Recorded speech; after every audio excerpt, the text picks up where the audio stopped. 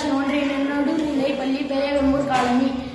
எமது பள்ளி 5ஆம் வகுப்பு மாணவர்கள் செப்டம்பர் மாதத்திற்கான நூலக வாசிப்பு போட்டிக்கான தலைப்பை பற்றி பேச வந்துள்ளனர். அனைவருக்கும் வணக்கம். என் பெயர் பத்மஸ்ரீ. நான் ஊராட்சி ஒன்றிய நடுநிலை பள்ளி பெரியகம்பூர் கிராமத்தில் 5ஆம் வகுப்பு படிக்கிறேன். நான் இப்பொழுது புத்தகம் தன் வரலாறு கூறுதல் பற்றி கூறப்போகிறேன். வாங்க புத்தகத்துக்குள் போகலாம். நான் எடுத்துக்கொண்ட புத்தகத்தின் பெயர் சிறந்த நண்பர்கள். ஒரு காட்டில் யானை ஒன்று வாழ்ந்து வந்தது. அந்த யானை அருகில் இருந்த குட்டைக்கு சென்று தன் தாகத்தை தணித்துக் கொண்டது. குட்டையிலிருந்து திரும்பி வரும் வழியில் ஒரு கூரான முள் அதன் காலில் குத்திவிட்டது. யானை வலியால் கத்தியது. முள்ளை வெளியே எடுக்க கடுமையாக முயற்சி செய்தது.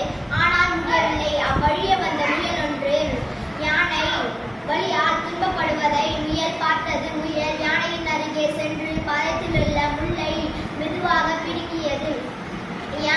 யானை முயலுக்கு நன்றி தெரிவித்தது. சில நாட்களுக்கு பிறகு முயல் ஒரு வலை தோண்டிக் கொண்டிருந்தது. அப்போது ஒரு ஓநாய் முயலை தாக்க நெருங்கியது. முயல் பயந்து கத்தியது. யானை எந்த வழியாக வந்து சென்று கொண்டிருக்கும் போது அப்போது முயலின் கூக்குரலை கேட்டு விரைந்து வந்தது.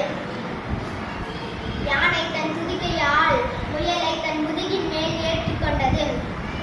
யானையை பார்த்தவுடன் ஓநாய் பயந்து ஓடிவிட்டது. முயல் யானைக்கு நன்றி தெரிவித்தது.